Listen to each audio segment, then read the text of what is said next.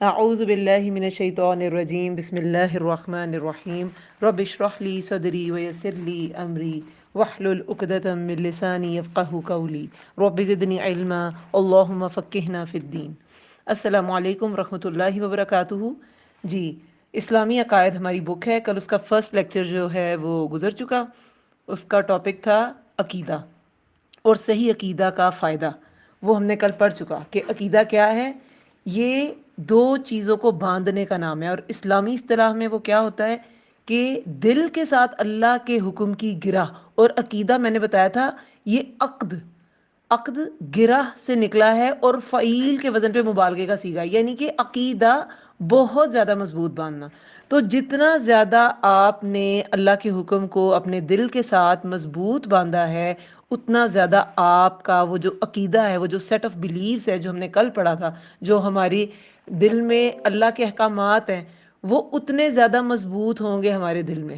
ٹھیک ہے، جتنا زیادہ یہ آپ کا عقیدہ اسٹرانگ ہوگا، اتنا زیادہ یہ گرہ اسٹرانگ ہوگی۔ عقیدہ کا مطلب ہی گرہ ہے کہ آپ نے کتنی مضبوطی سے ان سارے سیٹ آف بلیفز کو، ڈاکٹرین کو اپنے دل کے ساتھ باندھ لیا ہے۔ اب آج پڑھنا ہے ایمان۔ ایمان جو ہے نا، وہ عقیدہ سے ملتی جلتی چیز ہے۔ ہم میں سے اکثر لوگ کنفیوز رہتے ہیں، ٹھیک ہے، کہ ایمان اور عقیدہ میں کیا فرق ہے۔ آج آپ کو یہ انشاءاللہ العزیز آپ کو یہ فرق پتہ چل جائے گا، ٹھیک ہے۔ ایمان کا لفظ جو ہے وہ امن سے نکلا ہے، آمانہ، حمزہ میم نون اس کا روٹ ورڈ ہے، جیسے عقیدہ کا عین قاف دال تھا۔ تو امن کے لفظی معنی جو ہے نا وہ دو ہیں، تیسرا بھی ہے۔ ایک امانت، ٹھیک ہے، خیانت کا متضاد امانت، اس سے مراد دل کا سکون بھی ہوتا ہے، ٹھیک ہے۔ دوسری ہے تصدیق۔ یہ جو ایمان لانا ہم کہتے ہیں نا، وہ یہ تصدیق کی سینس میں ہم یوز کر رہے ہوتے ہیں کہ میں اس پہ ایمان لایا، تصدیق۔ اس کا متضاد کیا ہے؟ تکذیب۔ یہ میں متضاد کیوں بتا رہی ہوں؟ کل میں نے بتایا تھا آپ کو کہ ہر چیز اپنے ازداد سے، اپنے اپوزٹ سے پہچانی جاتی ہے۔ اگر آپ کو دن کی ڈیفینیشن پتہ ہے نا، تو آپ کو رات کا پتہ چل جائے گا، اچھا یہ رات ہے۔ لیکن اگر آپ کو دن کا نہیں پتا تو آپ اس کو رات کے کانسیپٹ کے بغیر ایکسپلین نہیں کر سکتے، ٹھیک ہے۔ تو امانت خیانت کا بالکل اپوزٹ ہے۔ تصدیق کیا ہے؟ صدق، دل کی سچائی کے ساتھ کسی چیز کو مانا، اور تکذیب کیا ہے؟ انکار کر دینا، ٹھیک ہے۔ ایک اس کا مطلب امان بھی ہے، امان، حفظ و امان کہتے ہیں نا، اللہ تعالیٰ آپ کو اپنی حفظ و امان میں رکھے، امن میں رہنا۔ اس کا متضاد کیا ہے؟ خوف۔ وہ آپ نے حدیث مبارکہ سنی ہے نا کہ اللہ تعالیٰ کسی دل میں دو خوف اور دو ایمان، دو امن اکٹھا نہیں کرتا، تو وہ امن جو ہے وہ بھی اسی سے نکلا ہے۔ تو ایمان جو ہے نا وہ امن سے ہی ہے، روٹ ورڈ سب کے ایک ہیں، مگر ایمان کا جو لفظی مطلب ہے نا وہ تصدیق کی طرف انکلائنڈ ہے، تصدیق کی طرف ہے۔ اس معنی کو تصدیق سے لیا گیا ہے۔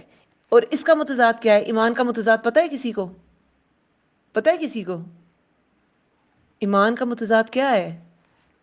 ایمان کا مطلب اگر تصدیق ہے تو اس کا اپوزٹ ہے کفر، ٹھیک ہے۔ ایمان ماننا، تصدیق کرنا، اور کفر ہے انکار کرنا۔ جیسے میں نے بتایا کہ یہ اگر اپوزٹ جو اس کے ہیں نا وہ آپ کے ذہن میں رہیں گے تو آپ ان چیزوں کو زیادہ اچھی طرح سمجھ سکیں گے۔ علامہ راغب اصفہانی وہ کہتے ہیں، وہ مفردات القرآن جو ہے نا ایک ڈکشنری انہوں نے لکھی ہوئی ہے، اس کو مرتب کیا ہے، وہ کہتے ہیں ایمان وہ تصدیق ہے جس کے ساتھ امن ہو، یعنی کہ ایسی تصدیق، ایسی گارنٹی جو آپ کا دل دیتا ہے، اس گارنٹی کو، اس دل پر اپنی تصدیق کو، جس بھی چیز پر آپ کے دل نے تصدیق کر دی، اس کے بعد آپ امن میں آ جائیں۔ اور اگر اس چیز کی آپ نے تصدیق نہیں کی تو پھر آپ خطرے میں ہیں، ٹھیک ہے۔ اچھا، سورہ انعام کی آیت نمبر 82 ہے، یہ میں اس کا ترجمہ پڑھتی ہوں، آپ کو اور سمجھ آ جائے گی۔ جو لوگ ایمان لائے پھر اپنے ایمان کو ظلم سے آلودہ نہیں کیا۔ ظلم کیا ہے؟ سب سے بڑا، دیکھیں ظلم جو ہے وہ کس کا اپوزٹ ہے؟ عدل کا۔ عدل کیا ہے؟ حقدار کو اس کا حق دینا، ٹھیک ہے۔ انصاف ہوتا ہے نصف نصف، انصاف اور عدل میں فرق ہے۔ عدل ہے جس کا جتنا بنتا ہے اتنا دینا، اور ظلم کیا ہے؟ جس کا جتنا بنتا ہے وہ نہ دینا، ٹھیک ہے۔ تو ایمان کا جب ہم دیکھتے ہیں نا اس کے مقابل کوئی چیز آ رہی ہے، تو ظلم پھر لیا جاتا ہے شرک کو۔ شرک بدترین سب سے بڑا ظلم ہے۔ کیوں؟ کیونکہ وہ اللہ کے حق اللہ کی حق تلفی ہے، اللہ کو ہم نے حق نہیں دیا جو اس کا بنتا تھا۔ تو سورہ الانعام آیت نمبر 82 میں ہے، جو لوگ ایمان لائے پھر اپنے ایمان کو ظلم یعنی شرک سے آلودہ نہیں کیا، ان کے لیے سلامتی ہے اور یہی لوگ ہدایت پر ہیں، وہم مہتدون۔ لہٰذا ایمان کے ساتھ لوگ ہدایت پر بھی ہیں اور امن میں بھی ہیں، ٹھیک ہے۔ اگر ایمان نہیں ہے نا دل میں، یہ ساری چیزیں جو ہیں یہ عقیدے سے ملتی جلتی ابھی آپ کو لگ رہی ہیں، ٹھیک ہے، لیکن ایک چیز کا فرق ہے، صرف ایک چیز کا فرق ہے، وہ ہے تصدیق۔ تصدیق کس سے؟ عمل سے۔ جو عقیدہ تھا نا وہ صرف آپ کا سیٹ آف بلیفز تھا، جس کی گرہ آپ نے مضبوط، ان احکامات کی گرہ مضبوط آپ نے دل کے ساتھ باندھی۔ آپ کے جوارے کیا کر رہے ہیں وہ اس میں انکلوڈڈ نہیں تھا۔ لیکن ایمان جو ہے نا وہ زبان کے اقرار اور دل کے یقین اور پھر جوارے کے عمل کا بھی نام ہے۔ نبی صلی اللہ علیہ وسلم سے پوچھا گیا کہ یہ مومن کون ہے، تو فرمایا جس کا پڑوسی اس کے شر سے محفوظ ہو۔ اب مومن کون ہے؟ وہ تو صرف ایمان کی جو فارمز ہے وہ بتا دیتے، ہاں اللہ پر ایمان لاؤ، فرشتوں پر ایمان لاؤ، یہ، لیکن انہوں نے کہا جس کا پڑوسی اس کے شر سے محفوظ ہے، یہ ایک پریکٹیکل کرنے کی چیز ہے۔ آپ کا اخلاق، آپ کی ڈیلنگز پریکٹیکلی کرنے کی چیزیں ہیں۔ اور ایمان جو ہے وہ ہمارے ذہن میں کیا آتا ہے؟ وہ سیٹ آف بلیفز، وہی جو عقیدہ ہوتا ہے ہمارا، وہی ذہن میں آتا ہے، ہاں ہم ان سب چیزوں کو مانتے ہیں، ہمیں ایمان ہے۔ لیکن نہیں، یہ صرف زبانی چیز ہے ہی نہیں، یا دل کا صرف دل کا خیال، یا ایون کہ زبان کا اقرار نہیں ہے، یہ عمل کی تصدیق بھی چاہتا ہے۔ ایمان کیا ہے؟ ایمان یہ ہے کہ زبان کے اقرار اور دل کا یقین ایسا ہو کہ عمل میں ڈھل جائے، عمل میں تبدیلی ظاہر ہو۔ اگر آپ کا عمل نہیں ہے تو پھر ٹھیک ہے، آپ کے دل میں کانسیپٹ، وہ جیسے کل ہم نے ایک مثال پڑھی تھی کہ صرف اس نے توحید ہی کا کانسیپٹ اس کے دل میں کلیئر تھا اور کوئی اس نے نیکی کا کام نہیں کیا تھا، مگر ہر کوئی اس شخص کی طرح نہیں ہو سکتا نا، ٹھیک ہے، ہر کوئی اس شخص کی طرح نہیں ہو سکتا۔ وہ بھی توبہ کے لیے جدوجہد کر رہا تھا، اس پر موت واقع ہوگی، وہ نیکی کا اسے موقع نہیں ملا، لیکن ہر انسان پہ ویسے اللہ کا کرم ہوگا یہ کسی کے پاس گارنٹی نہیں ہے۔ ہمیں اپنے عمل سے اپنے آپ کو پروف کرنا ہے کہ ہاں ہمارے دل میں اس چیز کی، اللہ کے حکم کی گرہ مضبوط بندی ہے، اور ہمارے عمل کی جو گواہی ہے وہ بہت زیادہ ضروری ہے۔ عقیدہ سیٹ آف بلیفز ہے، ڈاکٹرین ہے، جب دل میں جڑ پکڑے گا تو باقی سارے اعضاء کیا ہوں گے؟ اس کے مطابق عمل کریں گے، ان پر اثر نظر آئے گا، عمل بدلے گا، تو پھر انسان وہ جو ایمان ہے نا اس کو پا لے گا، پھر ہوگا آپ کا ایمان مکمل۔ یہ دونوں لازم و ملزوم ہے۔ عقیدے کے بغیر ایمان مکمل نہیں ہے، ممکن بھی نہیں ہے، اور ایمان کے بغیر عقیدہ فائدہ مند نہیں ہے۔ جہنم میں ایسے لوگ بھی جائیں گے جو توحید پرست ہوں گے مگر انہوں نے بڑے لوگوں کا حق مارا ہوگا۔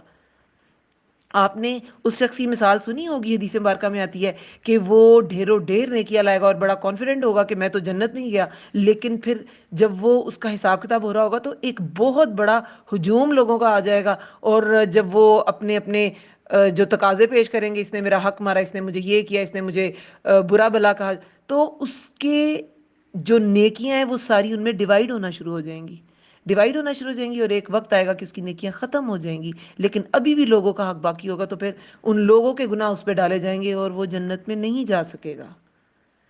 تو ایمان تصدیق ہے، یہ قول و فعل کے مجموعے کا نام ہے، ٹھیک ہے، یہ اپنے پاس لکھ لیں کہیں، ہمیں یہ فرق، یہ جو ان میں ڈفرینسز ہیں نا یہ پتہ ہونے چاہیے۔ ایمان اقرار زبان، تصدیق قلب اور جوارے یعنی ہمارے جو سینسز ہیں، باڈی پارٹس، ان کے عمل کا نام ہے۔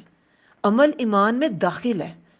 عمل کے بغیر، جیسے بہت سے لوگ نماز نہیں پڑھتے، بس ہمیں پتہ ہے اللہ دل کا حال جانتا ہے، اور جو نمازی جو کرتے ہیں وہ کیا کر رہے ہیں تو کیا فرق پڑتا ہے، یہ کوئی لاجکس نہیں ہے۔ آپ کو کسی کی نیت پر آپ پہرے دار نہیں ہیں، وہ اللہ تعالیٰ ہی ہے۔ ہم کسی کی نیت نہیں جانتے، کوئی ہماری نیت نہیں جانتا، لیکن جو عمل سے ثابت کرنا ہے یہ بہت زیادہ ضروری ہے۔ آپ کو پتہ ہے صحابہ جو تھے وہ تو نماز پڑھتے تھے، منافقین بھی پڑھتے تھے، کیونکہ اس زمانے میں یہ کانسیپٹ ہی نہیں تھا کہ نماز کے بغیر کسی انسان کا اسلام قبول کیا جائے۔ انہیں اپنے اسلام کی گواہی کے لیے نماز پڑھنی ہی ہوتی تھی، لیکن ہم نے بڑی لاجکس بنا دی ہیں۔ تو پھر ایمان کیا ہوا؟ اقرار زبان، تصدیق قلب، اور پھر آپ کے جوارے کا عمل بھی، عمل اس میں داخل ہے۔ اچھا، ایمان کی پہچان کیا ہے؟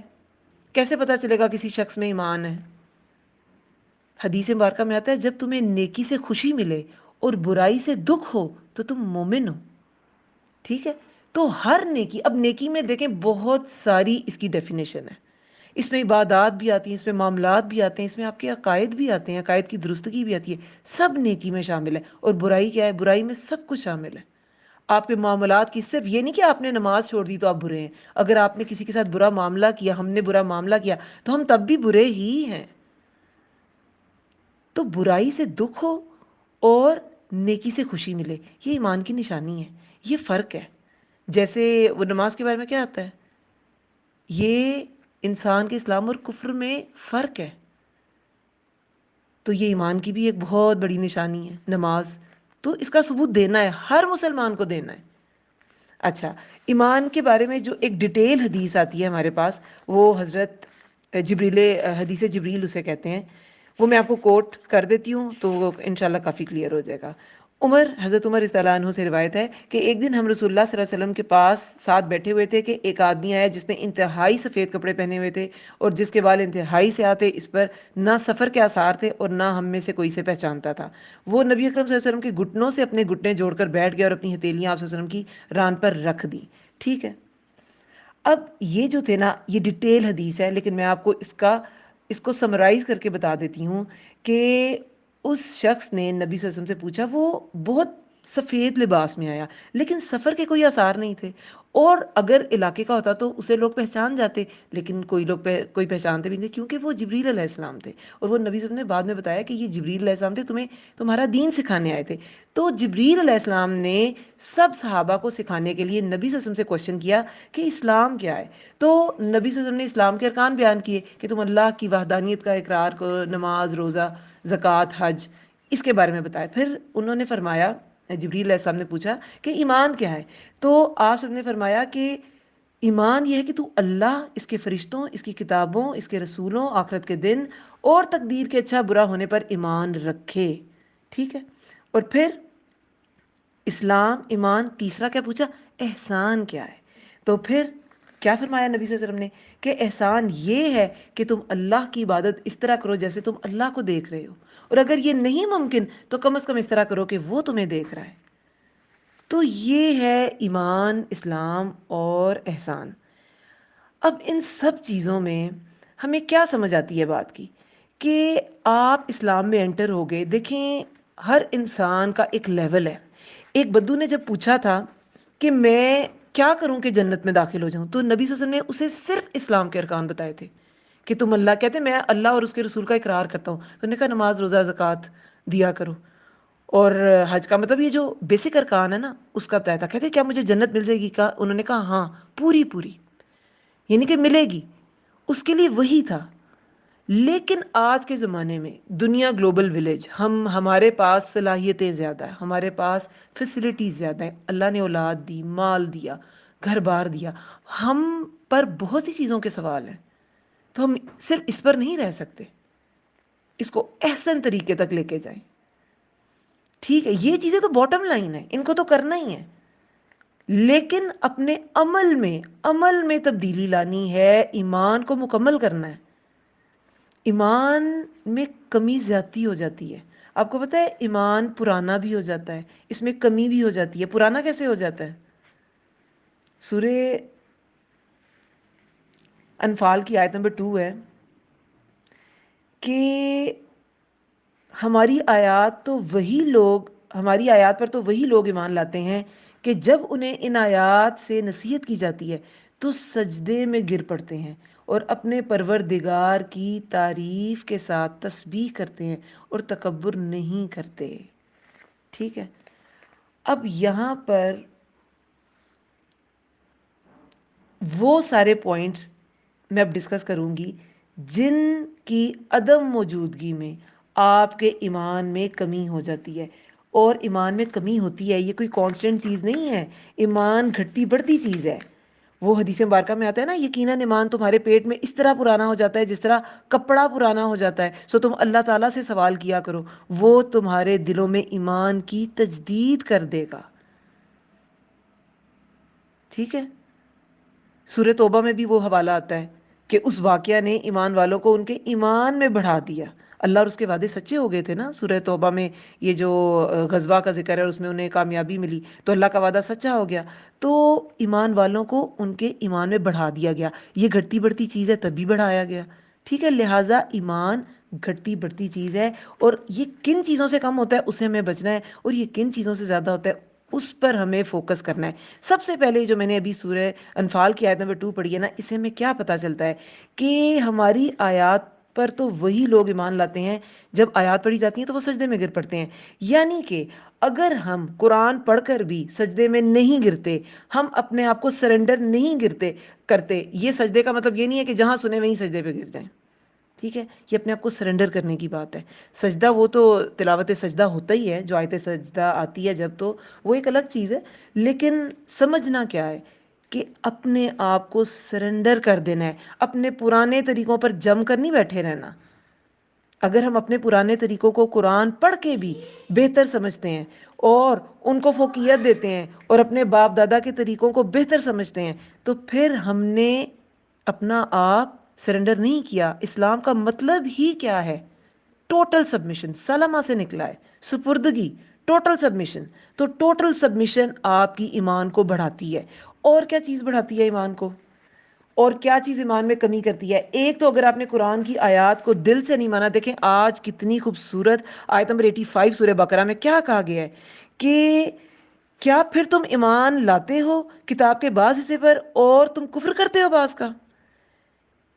یہ بنی اسرائیل کا کیا فالٹ تھا؟ وہ یہی فالٹ تھا کہ وہ کچھ حصے کو مان جاتے تھے, کچھ حصے کا انکار کرتے تھے. کچھ چیزیں مان لیتے تھے, کچھ چیزیں نہیں مانتے تھے.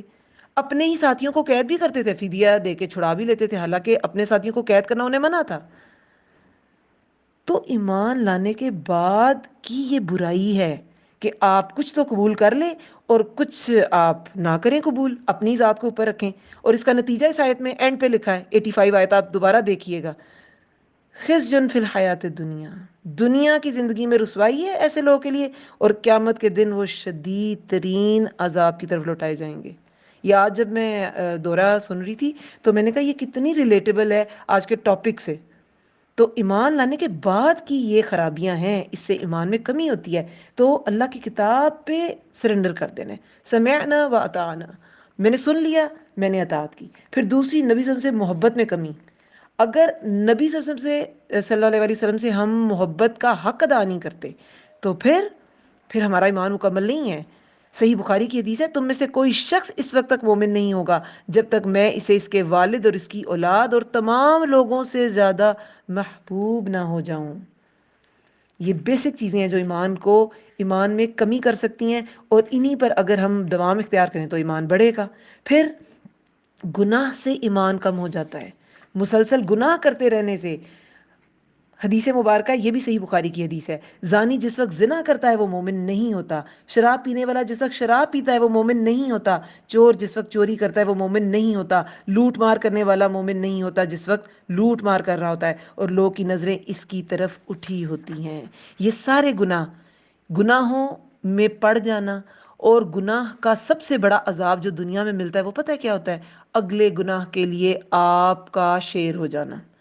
اور نیکی کی سب سے بڑی جزا جو دنیا میں ملتی ہے وہ یہ ہوتی ہے کہ آپ کا اگلی نیکی کے لیے آپ کا دل کھل جانا, شرح صدر ہو جانا, آپ کو نیکی کی مزید توفیق مل جانا. تو جو ہمارے باڈی پارٹس کر رہے ہیں نا گناہ, اس سے ہمارا ایمان کم ہوتا ہے. یہ ہے ظاہری گناہ. ایک ہوتے ہیں باطنی گناہ, وہ کرنے سے بھی آپ کا ایمان کم ہوتا ہے. مثلاً یہ باطنی گناہ کیا ہیں جو نظر نہیں آتے لیکن وہ بھی گناہ ہوتے ہیں؟ حسد, بخل, یہ بھی ایمان کو کم کرتے ہیں.